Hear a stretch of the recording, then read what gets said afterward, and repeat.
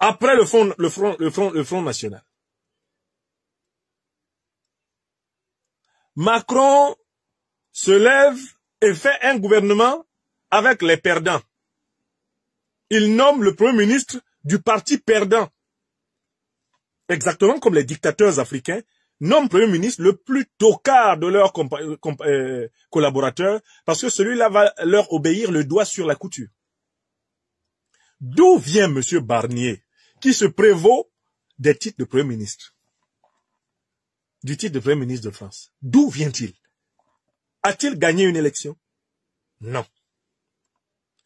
Son parti représente-t-il la principale force du Parlement français? Non. Ils ont à peine 50 députés. Quel est le parti? Quelle est la coalition qui est arrivée en tête de l'élection législative du 9 juillet 2024 en France? La réponse ne se discute pas. C'est le nouveau Front populaire. La tradition démocratique française, dans la Ve République, veut que le parti ou la coalition qui arrive en premier ait la responsabilité de désigner un Premier ministre reconnu comme tel par le président, de proposer donc une alliance de gouvernement et de se présenter avec cette alliance pour requérir la confiance du Parlement réuni progressivement en congrès. Dans le cas d'espèce, que fait M. Macron? Pendant 3 mois, il est le premier président de la Ve République à faire vivre la France sans gouvernement pendant 3 mois. À imposer comme ministre de la France des individus qui ont démissionné, qui ne sont plus ministres. À faire que des individus qui sont ministres soient en même temps candidats aux législatives. Et que ces individus, en tant que ministres, proposent des lois et en tant que députés, soient prêts à les voter. Emmanuel Macron a organisé le mépris de tout ce qui restait de la soi-disant démocratie française. Le mépris. Donc, voilà l'homme qui, aujourd'hui, en France, représente, qu'est-ce que je peux dire, la dérision totale de la politique. Les Français sont dégoûtés. J'écoute les Françaises et les Français dans les rues, au travail, dans les transports. Je les entends. Les Français sont dépités. D'abord, dans leur écrasante majorité, ils estiment qu'Emmanuel Macron est un dictateur, et ils le disent. L'écrasante majorité des députés français, c'est-à-dire la majorité politique nationale, considère que Macron est un dictateur. Même ses alliés, les républicains, disent qu'il est un dictateur. Et il est le premier président de la Ve République qui va donc écoper du lancement d'une procédure de destitution. Vous savez pourquoi ils ont osé proposer de le destituer? Mais parce qu'il est le président qui a mis fin à ce qu'on prétendait appeler le Front républicain en France. Voilà quelqu'un qui s'est fait élire président en 2017, au 2e tour, en disant « Oh, venez voter pour moi, sinon Marine Le Pen va prendre le pouvoir. Ça va être l'extrême droite. Faites gaffe, attention, sursaut républicain. » Au 2e tour, alors qu'il avait à peine 22% au premier, au 2e tour, il a été élu confortablement face à Madame Le Pen. La 2e élection arrive. Lors de la 2e élection, pareil, son premier tour n'est pas extraordinaire. Qu'est-ce qu'il a fait, Emmanuel Macron, en 2022? Il s'est mis à crier au Front républicain. Front républicain, Front républicain. Même les socialistes, la France insoumise, ont faibli devant les cris de cet agneau qui cachait un loup. Oh, le Front républicain, attention, le Front républicain, si vous votez... Le type a été élu 2 fois président de la République par défaut. C'est-à-dire que parce que les gens ne voulaient à tout prix pas que Marine Le Pen soit présidente, il a été élu. Par défaut. Avec faute de mieux. Les gens l'ont ramassé, l'ont mis là. Maintenant, l'élection législative a lieu. Le nouveau Front populaire gagne. Vous savez ce que le monsieur a fait? Mais il a passé une alliance avec le Front national.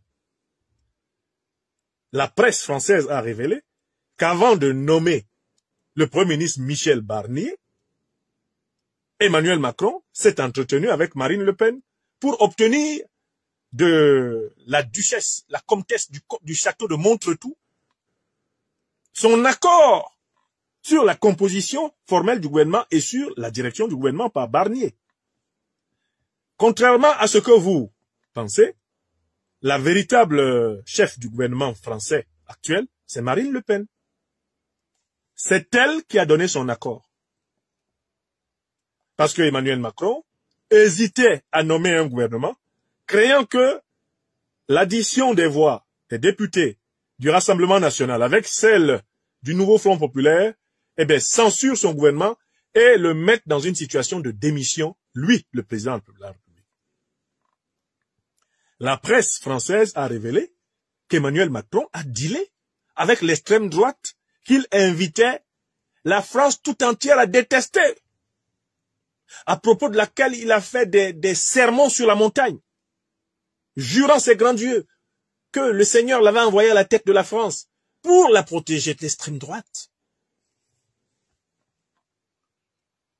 Donc voilà quelqu'un qui a trahi toute la classe politique française. C'est-à-dire que vous comprenez pourquoi Alassane Ouattara et lui sont des amis. Hein?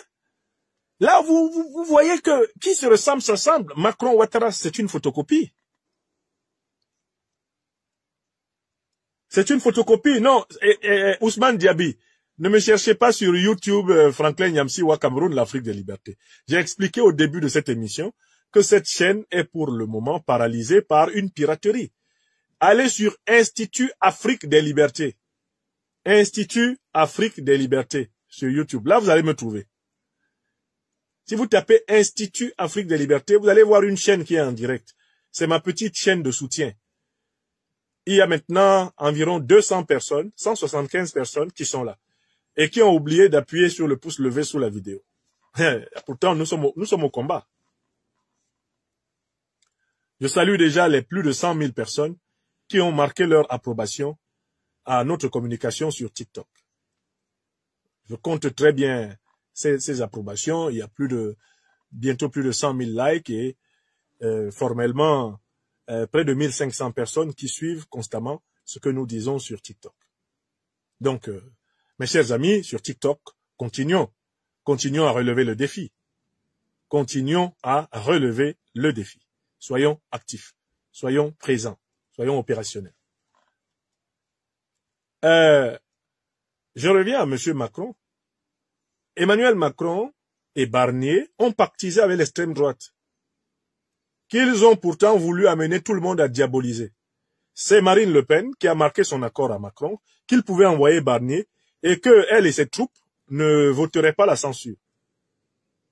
Bon, Marine Le Pen a des calculs particuliers. C'est qu'elle pense dans tous les cas que Barnier va échouer et que cela va favoriser son élection à elle en 2027. Mais je reste toujours là dans la description des raisons pour lesquelles Macron échoue. Macron, pourquoi est-ce qu'il échoue? Mais parce que c'est un traître à la nation française. D'accord? C'est ce qu'il est. Il ne supporte pas la vérité. Là, moi je parlais essentiellement de la politique africaine de la France. Comme il me persécute, je vais parler de la politique française. Je vais donc parler, j'ouvre maintenant un chapitre constant sur la politique française. J'ai compris que ma parole sur sa politique africaine le gênait. Bon, ok. On va donc parler de la politique française aussi, pour le gêner doublement. Pour qu'il comprenne qu'il n'a aucun pouvoir de dire à qui que ce soit sur cette terre, tais-toi.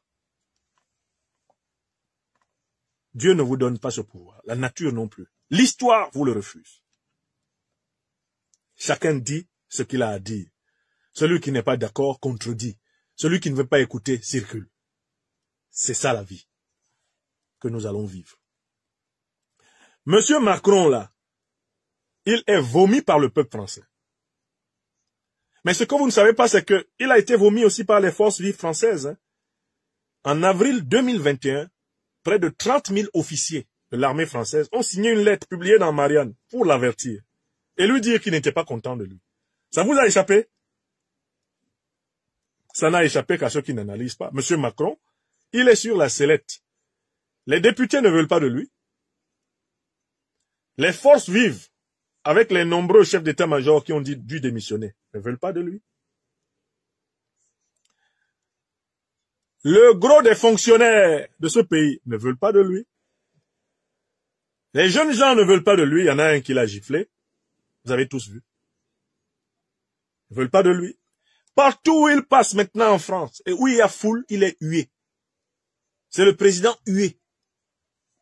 Par définition. Sa présence déclenche des huées, des sifflets, des colibés. Donc, en fait, dans l'histoire de la France, c'est le président qui s'est rendu le plus méprisable. Voilà pourquoi je vais citer le secrétaire général du Parti communiste français, Fabien Roussel. Ainsi, nous mangerons un peu de notre piment dans sa bouche. Roussel dit, Emmanuel Macron, c'est le plus grand des voleurs. Ce n'est surtout pas un gentleman. Fin de citation. Je recommence la citation. Le résumé de l'homme tel qu'il apparaît ici, en France. Fabien Roussel, secrétaire général du Parti communiste français, dit Emmanuel Macron, c'est le plus grand des voleurs. Ce n'est surtout pas un gentleman. Ce n'est surtout pas un gentleman. Vous avez compris? Bon, mais voilà. Maintenant, on sait pourquoi il échoue. Il échoue parce qu'il ne gouverne pas pour les Français, il ne gouverne pas avec les Français, il gouverne pour des intérêts étrangers à la France. Même dans sa politique étrangère, ici en Europe, toutes les décisions qu'il a prises favorisent le haut capitalisme occidental, donc européen et américain, et défavorisent les Français. Si le prix du gaz, le prix du pétrole ont flambé en France, c'est parce qu'ils ont choisi de s'engager dans une guerre qui ne concerne pas le peuple français. La guerre contre la Russie. Ce sont les décisions en politique internationale de M. Macron qui valent à la France une situation de crise aggravée, ici en Europe. L'orientation pro-américaine, le fait de faire les 4 volontés du père Sleepy Joe Biden, sont la source de l'effondrement économique de la France. Le ministre de l'économie du président Emmanuel Macron, le professeur d'allemand de formation, ceci expliquant cela. Bruno Le Maire, qui a écrit un très beau roman, nous dit-on, mais qui d'un certain point de vue pue un peu, puisque le thème central de ce roman, c'est l'orifice anal. Ce monsieur, quand la guerre commençait,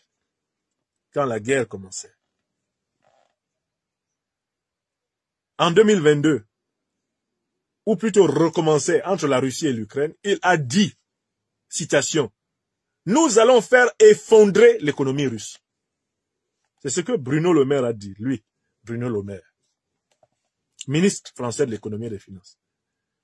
Mais nous sommes en 2024, 2 ans après le début de la guerre. La France a un déficit de 5%, la Russie a une croissance de plus de 5%. Astaghfirullah. Hein? Ça perd l'hypopète, sapristi, ventre bleu. Hein? On peut se tromper comme ça? Il a dit, nous allons faire effondrer l'économie russe. Ce sont les propos du ministre Bruno Le Maire, le spécialiste du thème de l'anus rembourré brun dans la littérature.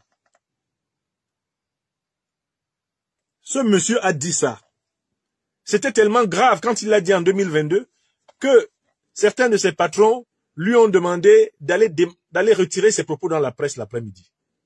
Et l'après-midi, il a dit qu'il avait été mal compris, que c'est pas tout à fait ce qu'il avait dit, mais tout le monde avait compris que, en fait, je ne sais pas, ils sont pas sur la terre. Pendant 2 ans, on a observé l'évolution des courbes de l'économie française et de l'économie russe. Mais une évolution complètement contraire. Pendant que l'économie russe n'a pas arrêté de croître, l'économie française n'a point arrêté de décroître. Donc, en effet, quelle économie est en train de s'effondrer? Celle de notre génie de la finance, le professeur d'allemand, Bruno Le Maire. Vous avez vu? C'est ça. Voilà pourquoi il a échoué. Il a échoué pour une raison très simple, c'est que dès le départ, le service des Français est le cadet de ses soucis.